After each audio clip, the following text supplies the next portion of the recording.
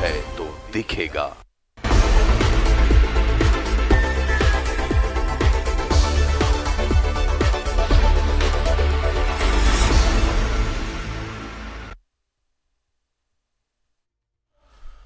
स्वागत है आपका न्यूजीलैंड भारत में, आपके साथ मैं हूं शारिफ इब्राहिम। तो आइए शुरू करते हैं 11 स्पेशल में खबरों का सफर।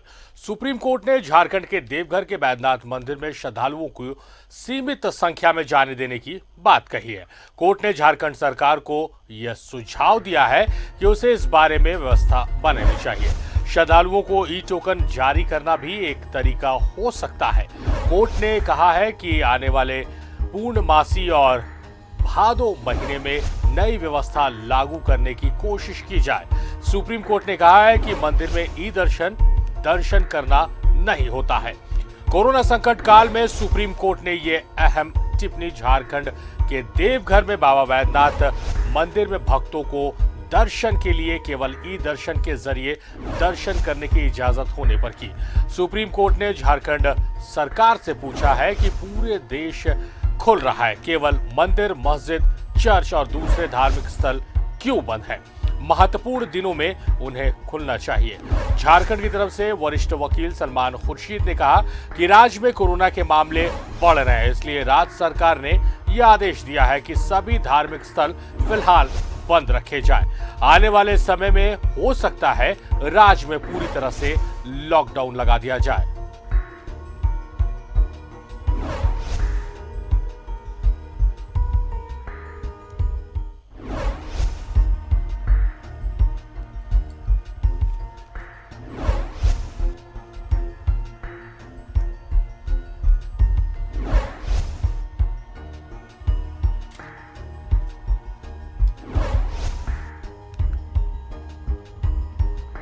सिर्फ धार्मिक स्थल क्यों बंद, ये सवाल पूछा है सुप्रीम कोर्ट ने। लगातार जिस तरह से लॉकडाउन और फिर अनलॉक के दौरान कई तरह की चीजों में राहतें दी जा रही, रियायतें दी जा रही हैं, कानून को थोड़ा रिलैक्स किया गया बहुत सारी चीजों में कि आम जनता परेशानी ना झेले। ऐसे में सिर्फ धार्मिक स्थलों पर क्यों पाबंदी, ये समझ से परे है, ऐसा कहना है सुप्रीम कोर्ट का। उसने सवाल पूछा है सरकार से। इस गंभीर मसले पर, इस महत्वपूर्ण मसले पर बातचीत करने के लिए हमारे साथ दिल्ली से हमारे सहयोगी ऋषिकेश हैं और देवघर से हमारे साथ मनीष हैं। ऋषिकेश का रुख करते हैं। ऋषिकेश, जिस तरह से लॉकडाउन के बाद अनलॉक में बहुत सारी चीजों को रियायत दी गई, बहुत सारी चीजों को छूट दी गई, मगर कहीं ना कहीं धार्मिक स्थलों को बंद रखा गया।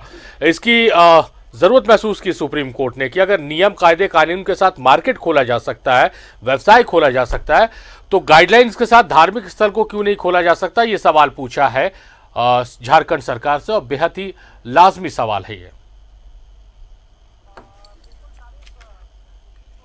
बिल्कुल सारिफ, सुप्रीम कोर्ट में सांसद निशिकांत दुबे के जो झारखंड हाई कोर्ट का जो फैसला था कि सावन के वक्त में मंदिरों को खोलने की इजाज़त नहीं दी और ई दर्शन की इजाज़त दी थी, उसी को आधार बनाकर सुप्रीम कोर्ट में चुनौती दी गई थी। सुप्रीम कोर्ट में जीरा का दौर चला बृहस्पतिवार को, आज शुक्रवार को उस पर फैसला। और कल जब जीरा पूरी हो गई थी, दलीलें पूरी हो गई थी, उसके बाद अलग अलग जो पक्षकार थे उनको अपनी बात रखने का मौका दिया गया था।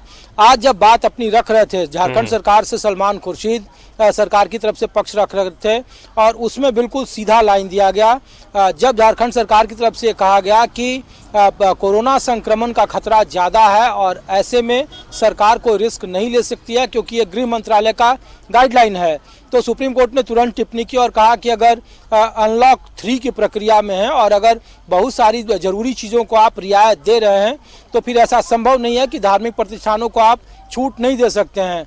पहली बात यह कि जो टिप्पणी हुई।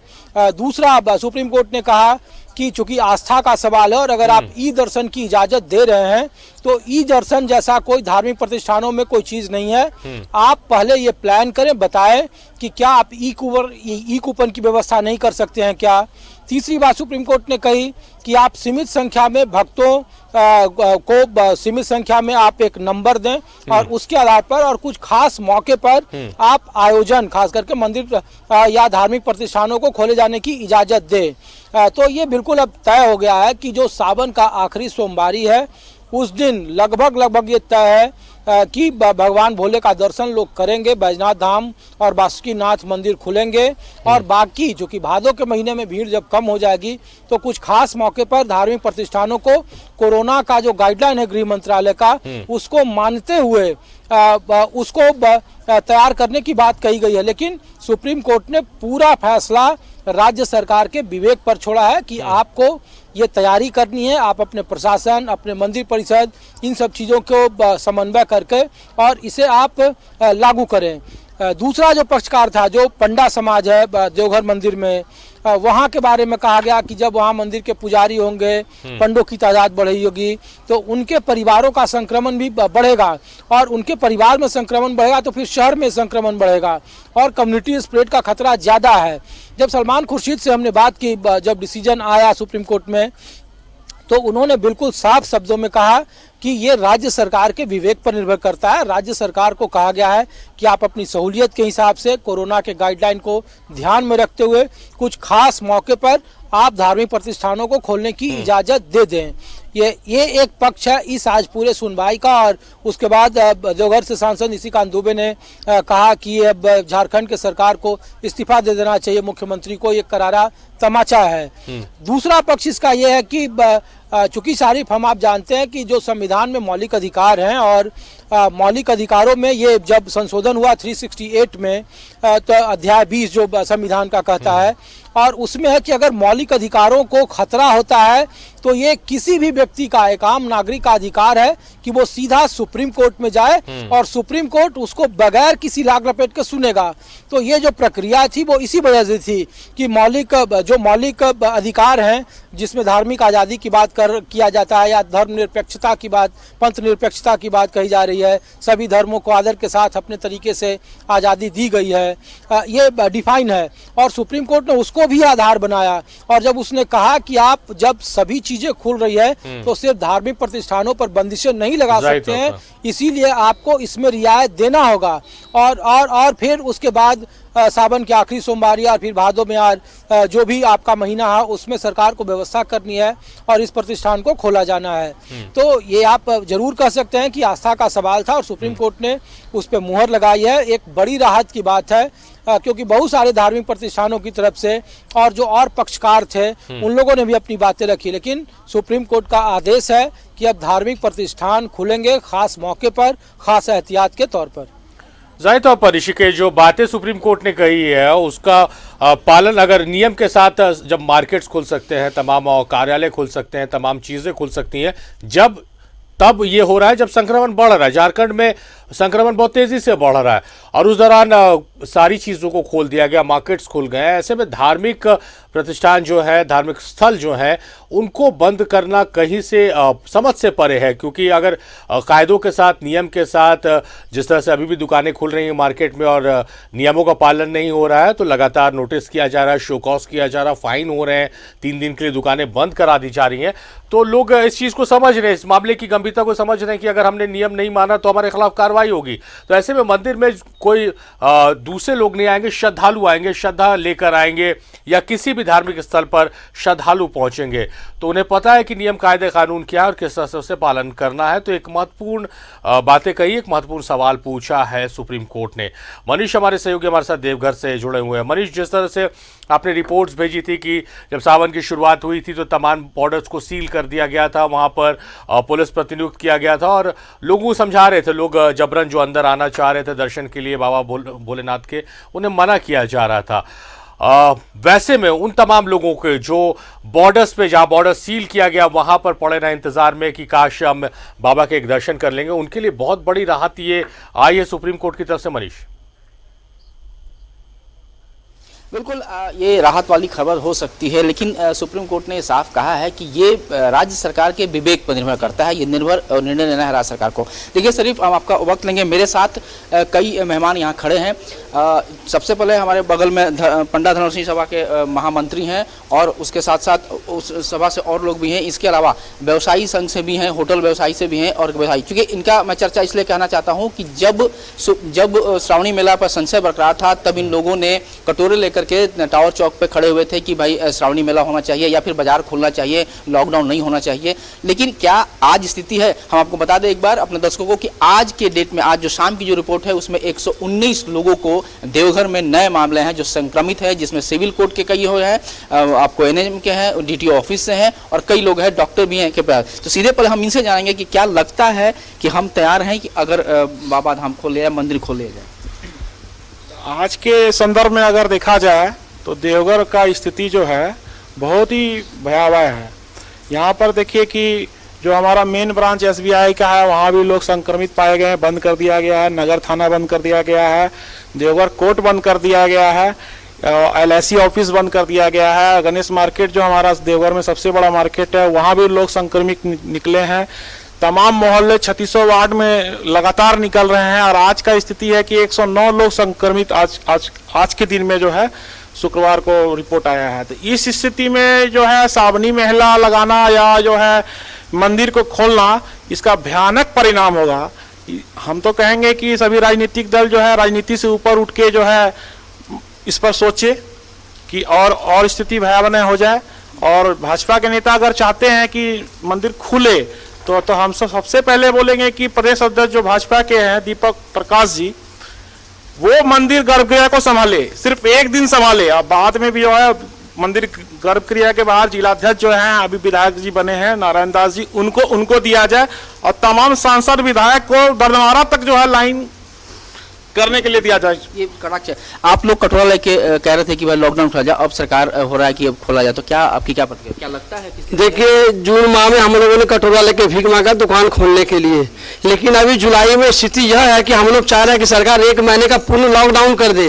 मंदिर तो खोलना बहुत दूर की बात है, मार्केट में पूर्ण लॉकडाउन कर दे ताकि हम लोग आराम से रहे। महामारी से पहले बचे, पहले जान है फिर जहान है। बिल्कुल शरीफ, ये भावना है, ये बयान है, ये गारमेंट्स उद्योग के ये यहाँ के अध्यक्ष हैं। अब सीधे हम बात करेंगे, हमारे साथ पंडा धर्मश्री सभा के महामंत्री जी हैं। महामंत्री जी, सुप्रीम कोर्ट ने राय मांगी है, उन्होंने कहा है, सवाल उठाया है कि जब बाकी चीजें खुल सकती हैं तो क्यों नहीं मंदिर और सीमित संख्या में, तो क्या ऐसा लगता है व्यवहारिक? निश्चित बात है कि खुलने की बात है। तो मैं सबसे पहले ये प्रश्न करता हूं कि बाबा बैद्यनाथ मंदिर बंद कब है? बाबा बैद्यनाथ मंदिर बंद कहाँ है? बाबा बैद्यनाथ मंदिर में जो भी धार्मिक उनके कार्यक्रम है, जो रोजाना के कार्यक्रम है, वो रोजाना हो रहे हैं नियमित रूप से। किसी भी परंपरा का हनन यहाँ पर नहीं किया जा रहा है। हम लोग परंपरा के रक्षा के लिए लड़ाई लड़ते रहते हैं, हम लोग के द्वारा परंपरा का हनन नहीं हो सकता है। वस्तुतः ये हमारे सांसद की, जो कि बहुत ऊर्जावान है, बहुत सामर्थ्यवान है, बहुत बुद्धिमान है, लेकिन दिक्कत क्या है कि वो अपनी ऊर्जा को, अपनी सोच को, अपने सामर्थ्य को एक नकारात्मक दिशा में लेते हैं। सवाल सुप्रीम कोर्ट ने ये जानना चाहा है राज्य सरकार से, तो क्या लगता है कि सीमित संख्या में ऐसा संभव है क्या व्यवहारिक रूप में? आप देखिए, उनका सबसे बड़ा जो प्ली उन्होंने लिया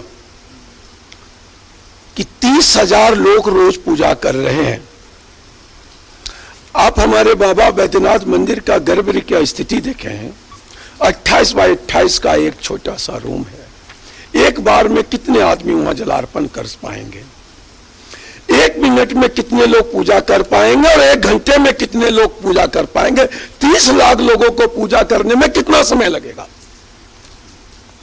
कितना झूठ बोलते हैं, कितने झूठे हैं। व्यवहारिक नहीं लग रहा है, एकदम अव्यवहारिक है। कुछ और लोग भी हैं, सचिव हैं यहाँ पे, सीधे हम इनसे पूछेंगे कहाँ दिक्कतें होंगी अगर सरकार तैयार भी होता है तो दिक्कत कहाँ होंगी, क्योंकि आप यहाँ से हैं, क्या दिक्कतें आएंगी? जी देखिए, सबसे पहले क्या है कि सुप्रीम कोर्ट का जो भी डिसीजन आया है वो जो भी होगा वो तो होगा, सरकार के निर्देश पे ही होगा, सरकार का उसमें जो भी ये होगा। लेकिन क्या है कि अभी जो व्यवहारिक दिक्कतें हैं वो ये है कि सोशल डिस्टेंसिंग और आज का जो देवघर का परिस्थिति है, जहाँ की देवघर में आज भी आपने बताया और भी अन्य न्यूज चैनल के माध्यम से पता चला कि 100 के ऊपर आज भी संक्रमित निकले।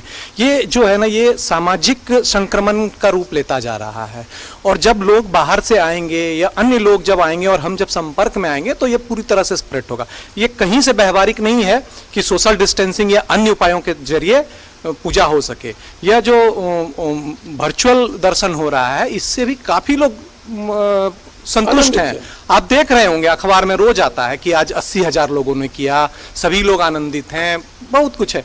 तो ये एक व्यवस्था है ही। दूसरी तरफ जैसे हमारे महामंत्री जी ने कहा कि कोई मंदिर बंद है ही नहीं, जो भी उनकी परंपरा है, जैसे सुप्रीम कोर्ट ने कोर्ट किया है कि विशेष पूजा जो भी है जो होना चाहिए वो सब कुछ हो रहा है, वैसे ही हो रहा है। सोमवारी का जो सोमवारी का पूजा है या पूर्णिमा का जो है या व्यवसायी अन्य वर्ग जो हो है, या फिर पंडा सब समाज कुछ जो के है लोग यथावत हो, ही रहा है। कहीं ना इसमें कहीं कोई नहीं वो बहवा- चाहते हैं कि अभी फिलहाल जो दर्शन है, जिस तरह से वर्चुअल दर्शन हो रहे हैं वही दर्शन वर्चुअल हो। हम रुक करेंगे एक बार दिल्ली का। दिल्ली में हमारे सहयोगी ऋषिकेश हमारे साथ बने हुए। ऋषिकेश, जिस तरह से सुप्रीम कोर्ट ने एक सवाल तो पूछा है, कहीं ना कहीं वो राहत बाबा के भक्तों के लिए नजर आ रही थी, मगर अभी मनीष हमारे सहयोगी हमारे साथ जुड़े हुए हैं, व्यवसायी वर्ग उनके साथ है, पंडा समाज के लोग उनके साथ हैं और उनका कहना है कि अभी सीरियस लॉकडाउन की जरूरत है झारखंड में। ऐसे में अगर मंदिर खोल दिया जाएगा तो फिर कहीं ना कहीं संक्रमण हाथ से बाहर निकल जाएगा, क्योंकि 100 से ऊपर आंकड़े रोज पहुंच जा रहे हैं और अभी जब बात कर रहे हैं तो 119 के लगभग नए संक्रमित मरीज मिले हैं।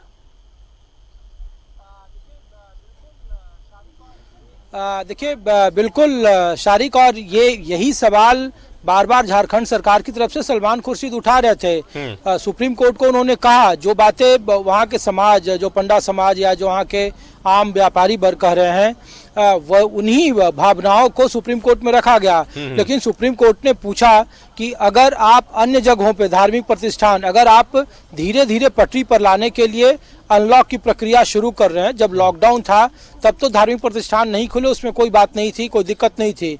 लेकिन जब आपने कुछ सेक्टर को, जरूरी सेक्टर को खोल दिया, तो आप मंदिरों को परमानेंट नहीं खोले, खास मौके पर खोले, खास सीमित संसाधनों पर खोले।